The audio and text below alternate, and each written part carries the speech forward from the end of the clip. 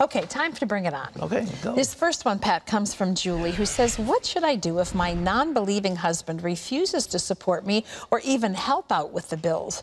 No children, married 26 years. If I divorce, financially, it will ruin me. I'll lose half of everything I've worked for my entire life, plus my future pension and IRA, and be forced to pay ongoing spousal support. But I don't want to continue living in sin by enabling him any longer. Help. All right, first of all, I don't understand. You're married to him. Why you use the term living in sin? I don't know. Well, but she's saying enabling him to continue to be. Yeah, but what? I mean, that's not, you're not, that's not sin. But look, I think, first thing, you ought to talk to a lawyer. I think your conclusions about giving him half and giving him spousal support, what kind of a bum is he? You gotta support him? I mean, come on. I mean, you're a woman and working, and this guy's going to freeload on you, and you get divorced, and you're going to support him? Get a lawyer to give you your rights and tell you where you are. But there's nothing in the Bible that says you have to continue to, if a man won't take care of his own, he's worse than an infidel, the Bible says.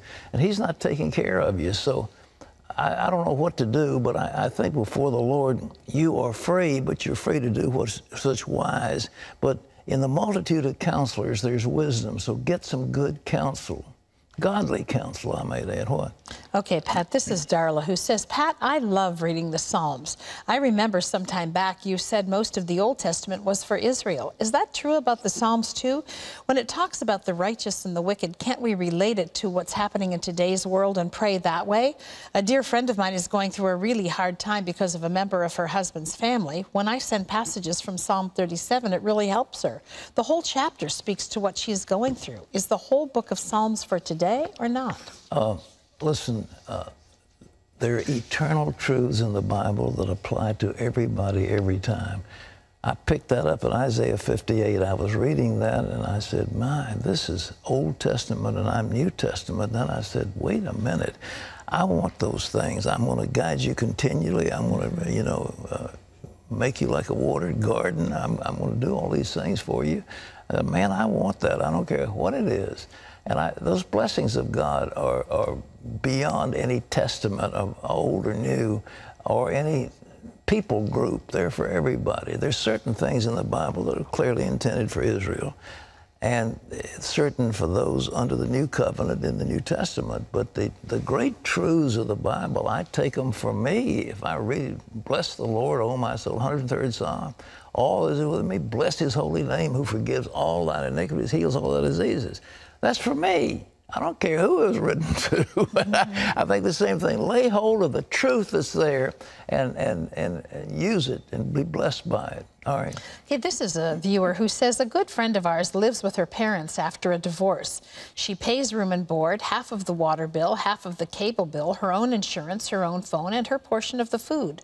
When her parents buy her daughter, their grandchild, something that was not asked for, they expect her to pay them back for it, and they want the money right away. They chose to buy it on their own. She buys her daughter things as she needs them, but her parents go overboard when they buy their granddaughter things. Should she have to pay them back for things she didn't ask them to get? She feels the extra is a gift, and she does pay them back, but when she's struggling as hard as she is, it's hard.